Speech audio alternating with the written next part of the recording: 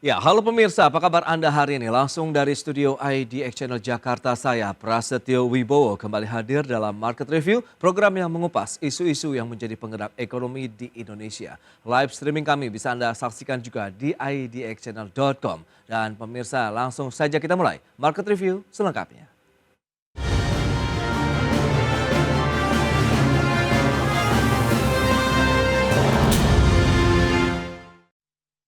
Penerapan sistem inti administrasi perpajakan atau core tax system hingga kini masih menuai kritik dari masyarakat dan pelaku usaha. Pemerintah dan DPR pun sepakat untuk kembali menerapkan sistem lama perpajakan bersama dengan core tax system.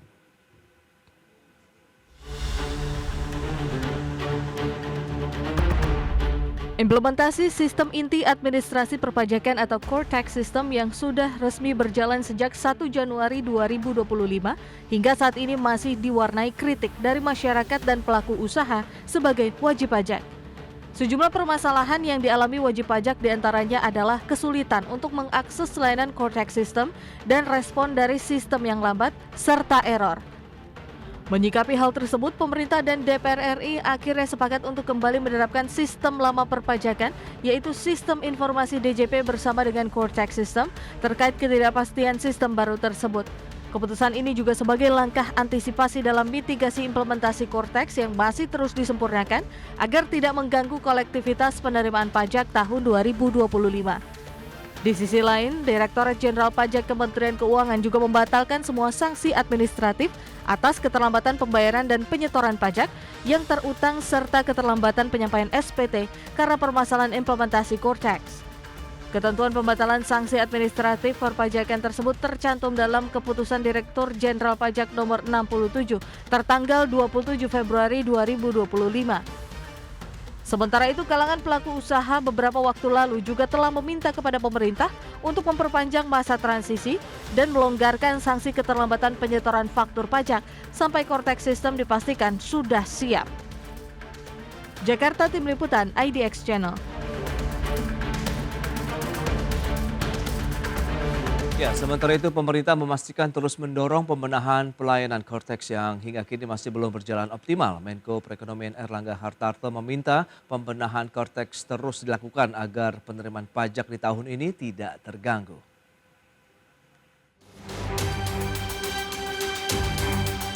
Pemerintah mulai dibuat pusing terkait operasional sistem inti perpajakan atau core tax system yang belum berjalan optimal. Menko Perekonomian Erlangga Hartarto pun sempat mendatangi Direktorat Jenderal Pajak untuk memastikan potensi penerimaan negara tidak terganggu. Erlangga juga terus memberikan dukungan penuh atas penyempurnaan operasional core tax system.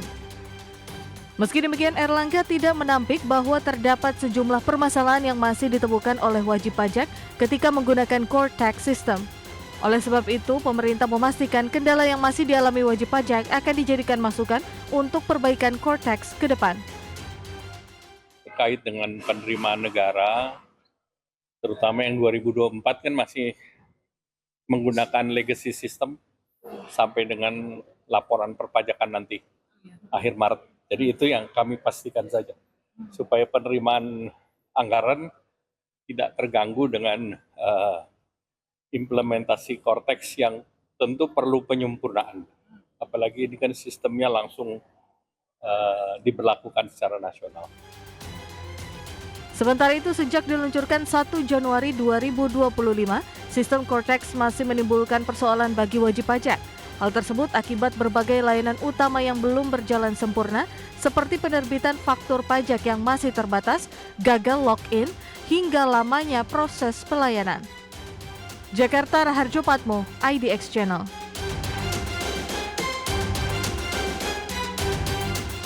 Ya, pemirsa, untuk membahas tema kita kali ini, penerapan core tax system bayangi penerimaan pajak di tahun 2025, kita sudah tersambung melalui Zoom bersama dengan Bapak Ruben Hutabara, Deputi Direktur Center for Indonesia Taxation Analysis. Halo Pak Ruben, apa kabar? Halo Pak Pras, kabar baik, apa kabar Pak? Terima kasih atas waktu yang disempatkan ini Pak Ruben, dan sudah bergabung juga ada Pak Sarman Simanjorang, Ketua Bidang Hubungan Antar Lembaga Asosiasi Pengusaha Indonesia Apindo. Halo Pak Sarman, apa kabar? Salam sehat dan semangat Mas Pras. Baik, terima kasih atas waktu yang disempatkan ini Pak Sarman. Dan sebelum membahas lebih jauh Pak Ruben, review dari Anda terkait dengan kinerja penerimaan pajak dari sisi saat ini begitu untuk di tahun 2025 seperti apa kondisinya? Ya, kalau dari target RAPBN yang ditetapkan pemerintah, RAPBN tahun 2025 kan pemerintah sebetulnya menargetkan adanya tambahan penerimaan pajak pertumbuhan sebesar 10% ya. Oke. Di mana pertumbuhan diharapkan justru lebih besar dari di PPN, jenis pajak penambah nilai diharapkan tumbuh 17%, sementara PPH sebetulnya tumbuh secara rata-rata ya antara kisaran 6 sampai 7%. Kenapa PPN ini diharapkan tumbuh di atas rata-rata 17%? Tentu kita masih ingat bahwa pemerintah pada saat penyusunan RAPBN tentu pemerintah masih memproyeksikan adanya kenaikan tarif dari 11% jadi 12% ya. Oke. Yang ternyata itu kan tidak jadi ya. Jadi besar kemungkinan pertumbuhan sebesar 17% tentu akan sulit tercapai. Untuk kinerja penerimaan pajak sampai bulan Februari ini, terus terang kami belum bisa memproyeksikan karena adanya keterlambatan juga publikasi dari Kementerian Keuangan, Pak Pras. Oke. Yaitu penerbitan APBN kita, di mana setiap bulannya, setiap minggu pertama setelah berakhirnya bulan, itu Kementerian Keuangan akan merilis penerimaan perpajakan yang terjadi pada bulan sebelumnya. Oke. Mestinya jadi Januari sampai Februari APBN kita itu sudah publikasi bernama APBN kita itu sudah dipublikasikan sampai Februari. Tapi sampai dengan bulan pertengahan Maret ini itu publikasi APBN kita juga belum diterbitkan oleh Kementerian Keuangan. Tentu kami melihat itu alasan kami sampai sekarang juga belum bisa melihat gambaran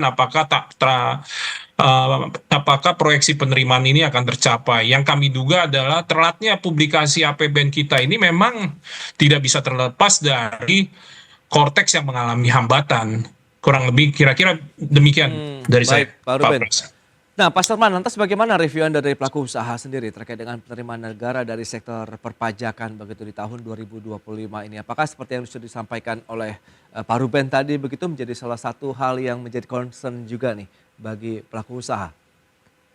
Ya kami dari pelaku usaha tentu memang sangat-sangat menyambut baik adanya aplikasi baru Cortex ini.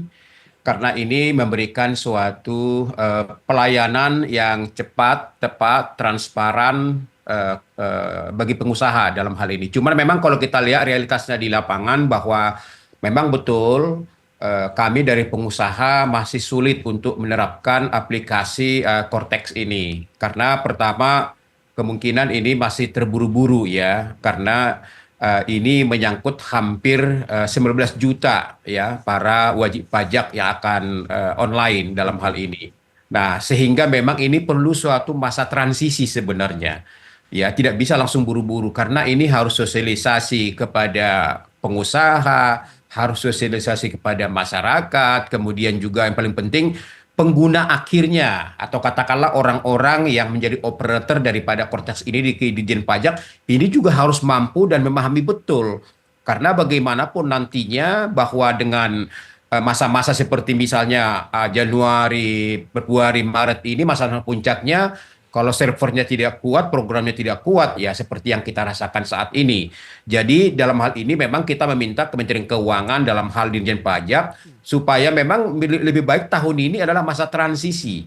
Jadi mungkin masa berlakunya 1 Januari 2026, tapi 1 Januari 2026 itu sudah betul-betul aplikasinya, sistemnya, kemudian SDM-nya juga udah matang betul untuk katakanlah melaksanakannya sehingga yang terjadi apa yang menjadi target pemerintah dalam hal ini, apa yang menjadi target pengusaha, itu bisa tercapai.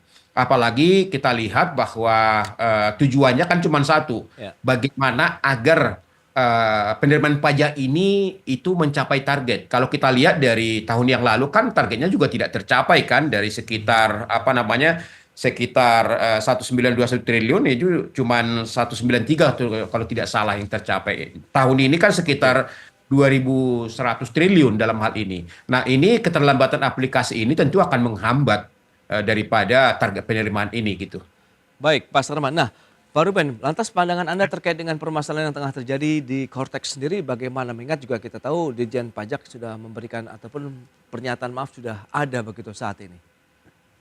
Ya, kalau dilihat kami mengamati selama 2 bulan berjalan ini, terutama kan kendalanya dilihat, kami mengambil kesimpulan bahwa kendalanya lebih karena data wajib pajak yang mungkin tidak dapat terproses dalam waktu singkat ya. Oke. Antisipasi dari kapasitas sistem itu sendiri yang kami lihat kurang diantisipasi oleh otoritas pajak ya.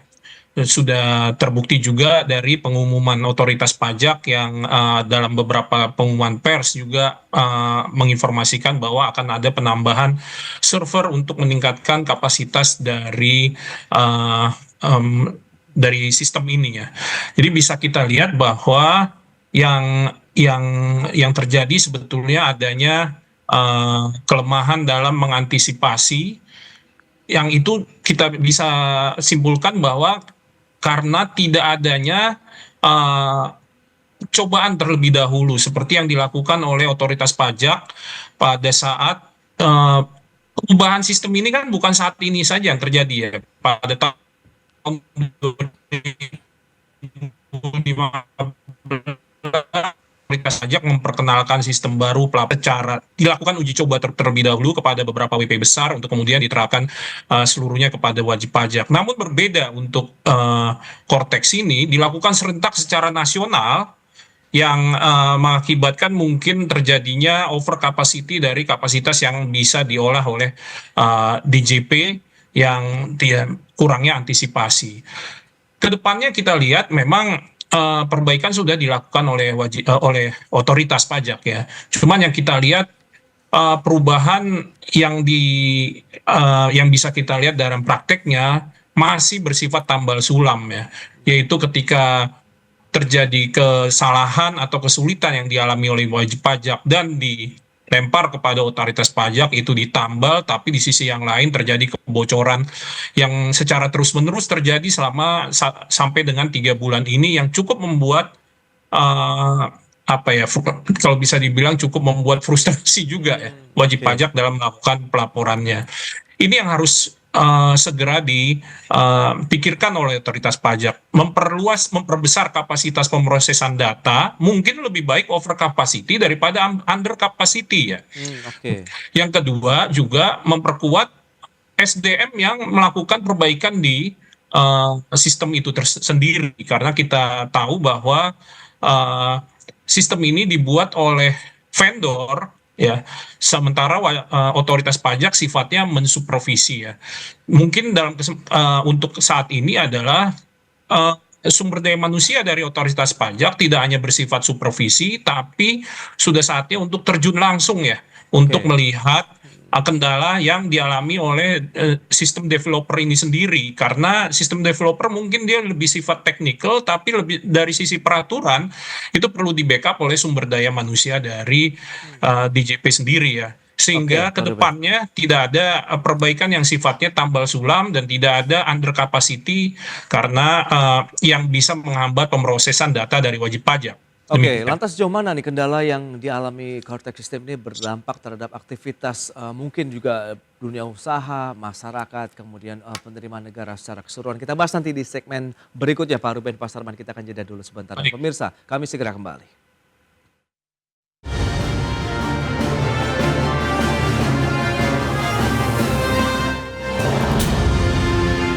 Ya, terima kasih Anda masih bergabung bersama kami dalam Market Review. Pemirsa, berikut ini kembali kami sampaikan data untuk Anda terkait dengan penghapusan sanksi administratif perpajakan begitu ya, berdasarkan keputusan dari Dirjen Pajak nomor 67 tahun 2025.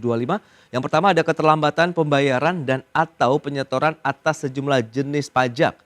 Keterlambatan pelaporan atau penyampaian SPT, kemudian penghapusan sanksi administratif dilakukan dengan cara tidak menerbitkan surat tagihan pajak atau STP.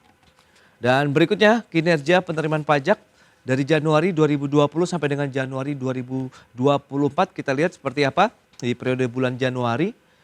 Di tahun 2020 84,7 triliun, 81 triliun di Januari 2021, kemudian di tahun 2022 134, Januari 2023 186,3 triliun, kemudian Januari 2024 ada 172,2 triliun rupiah per Januari.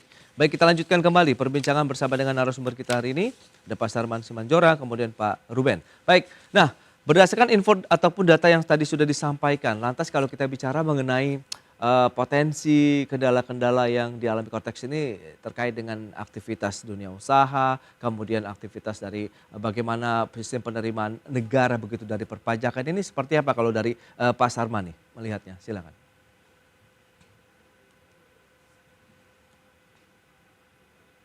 Ya, masih di mute sepertinya Pak Sarman. Udah ini. Ya, silakan Pak. Ya, apa yang disampaikan oleh Pak Ruben tadi, saya rasa itu juga kita rasakan di lapangan bahwa memang sistem ini belum bisa melayani kita 100%. Makanya ya kita di dunia usaha saat ini masih bolak-balik terus nih konsultasi ke pajak ya supaya jangan sampai kita nanti disalahkan. Cuman memang kita bersyukur sekali bahwa pajak juga merespon keluhan kita di mana tidak ada sanksi ya. Makanya saya katakan tadi ini sesuatu yang harus dilakukan masa transisi, tidak langsung buru-buru supaya nanti misalnya ini pelayanan kepada masyarakat dunia usaha ini mencapai target sesuai yang diharapkan. Yang jelas bahwa kami dari pelaku usaha memang berharap supaya ke depan pelayanan pajak ini harus dikurangi pertemuan antara manusia, katakanlah antara kami wajib pajak dengan petugas pajak. Oke. Ya. Tapi bagaimana semua transaksi sudah mulai digital. Ini juga untuk mengurangi terjadinya nanti kong-kali-kong masalah pajak, ya kan? Jadi kalau nantinya ke depan tidak ada lagi pertemuan antara petugas pajak dan wajib pajak, tentu ini akan menghindari adanya katakanlah kong-kali-kong yang nantinya juga akan berimbas kepada pengurangan daripada penerimaan negara. Yang jelas memang kalau kita lihat bahwa kita ingin agar melalui program Kortex ini ya bagaimana supaya kita pelaku usaha itu dalam mendapatkan suatu akses perpajakan itu dalam berbagai aspek itu lebih cepat dan tepat, praktis, akuntabel dan valid, itu menjadi harapan kami. Ya, pelaporan SPT yang lebih sederhana dan terstruktur misalnya, kemudian sistem pembayaran yang pajak lebih fleksibel, kemudian juga pengawasan kepatuhan juga melalui digitalisasi, kemudahan pelayanan perpajakan juga, kemudian juga pemeriksaan dan penagihan pajak juga efisien. Ya, jadi saya rasa ini sebenarnya manfaatnya sangat-sangat bagus sekali gitu loh. Cuman memang perlu waktu, ya, kesadaran kepada masyarakat pelaku usaha memanfaatkan program ini. Kemudian juga operator yang memakai karena ini kan nanti akan terakses seluruh Indonesia. Dan hampir 19,2 juta wajib pajak dan berpotensi ini akan menambah lagi. Sehingga memang kalau servernya tidak kuat, seperti disampaikan oleh Pak Ruben tadi, ya ke depan ini masih perlu diantisipasi. Apalagi ini kan dikerjakan oleh pihak ketiga dalam hal ini. Sehingga bukan hanya pengusaha, petugas pajak saja itu nanti juga harus betul-betul mengerti betul menjalankan daripada aplikasi ini gitu, Mas Pras. Baik, Pak Sarman. Nah, Pak Ruben dengan upaya yang dilakukan tadi ada pembatalan semua sanksi administratif begitu ya terkait dengan keterlambatan pembayaran begitu ataupun pelaporan. Menurut Anda ini menjadi satu langkah yang tepat saat ini begitu sambil benar-benar membenahi lah sistem dari Kortex ini begitu ke depan. Iya, bukan saja langkah yang tepat ya, memang langkah yang harus ya, karena mau bagaimana, karena wajib pajak juga terkendala melaporkan. Kalaupun wajib pajak mau melaporkan secara tepat waktu juga, sistem belum bisa memungkinkan itu, karena ada menu-menu yang masih belum muncul ya. Jadi memang keterlambatan itu tidak dapat dihindari, baik keterlambatan penyetoran pajak maupun keterlambatan pelaporan yang penyebabnya bukan karena kelalaian wajib pajak. Tentu otoritas harus memberikan keputusan ya untuk membebaskan segala sanksi administrasi yang terjadi karena keterlambatan pelaporan maupun pembayaran yang bukan disebabkan oleh kelalaian wajib pajak tapi karena sistem yang sedang mengalami kendala. Demikian. Oke, nah bagaimana dengan upaya mitigasi begitu upaya pencegahan ataupun sekarang bagaimana proses perbaikan yang sedang dilakukan oleh Direktorat Jenderal Pajak sendiri menurut pandangan Anda? Begitu. Ya, kita memang upaya perbaikan secara berkala sejak bulan Januari. Otoritas telah melakukan komunikasi ya, kalau dibandingkan dengan sebelumnya, setiap kali terjadi perbaikan saat ini otoritas menginformasikan bahwa sistem sedang mengalami down ya, sehingga wajib pajak terinformasikan sehingga tidak perlu mencoba melakukan akses pada saat downtime ya. Ya, itu dari segi komunikasi kepada wajib pajak ya, ada perbaikan dari otoritas pajak maupun keterbukaan, adanya keterbukaan. Informasi tersebut juga menyampaikan bahwa bagian mana yang diperbaiki ya, sehingga juga wajib pajak juga dapat tahu secara spesifik bahwa untuk jenis-jenis pajak tertentu memang masih belum bisa dilakukan pelaporan. Namun ya, yang kami lihat kelemahannya mungkin dari informasi yang diumumkan oleh otoritas, seperti tadi saya sampaikan, perbaikan masih bersifat tambal sulam ya, tidak terintegrasi, sehingga ketika terjadi tambal sulam ditutup yang kiri bisa bolong yang di kanan. Yang harus dipahami ini kan sistem komputerisasi ya. Kalau codingnya diubah satu dan dia tidak terintegrasi ke semua sistem, bisa jadi terjadi bug gitu loh, karena dilakukan perbaikan hanya di satu sisi sementara tidak melihat secara integral ya. Ini yang kami lihat yang terjadi selama 2 bulan yang terjadi, sehingga masih terjadi bermunculan tambal yang satu, muncul bolong yang satu. Itu harus dipikirkan bahwa perbaikannya harus melihat perbaikan secara terintegrasi ya. Demikian mungkin. Baik. Nah, terkait dengan kondisi seperti saat ini, optimisme kemudian bagaimana tadi seperti yang Pak Sarman sampaikan juga di sebelumnya, bahwa ini menjadi salah satu juga sistem yang akan meningkatkan lagi penerimaan negara untuk Indonesia ke depan begitu. Kita akan bahas nanti di segmen berikutnya, kita akan jeda kembali sebentar. Pemirsa, kami akan segera kembali usai pariwara berikut ini.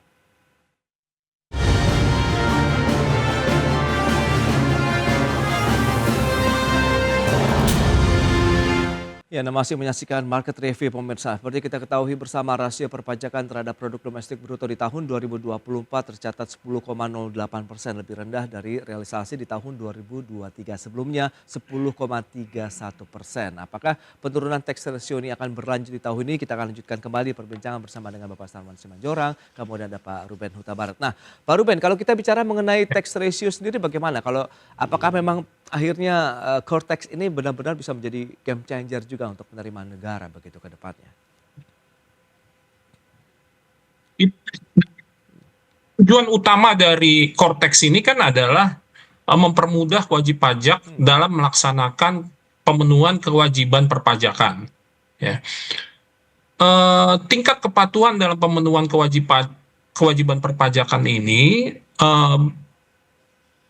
kemudahan pemenuhan kewajiban perpajakan ini berbanding lurus dengan perbaikan terhadap tax ratio. Karena dengan kemudahan melakukan pelaporan maupun pembayaran, tingkat kepatuhan akan meningkat. Dengan sendirinya jumlah pajak yang berhasil dikumpulkan terhadap GDP satu negara itu akan meningkat ya. Jadi itu kan sebetulnya tujuan utama dari core tax ini ya, kemudahan pelayanan.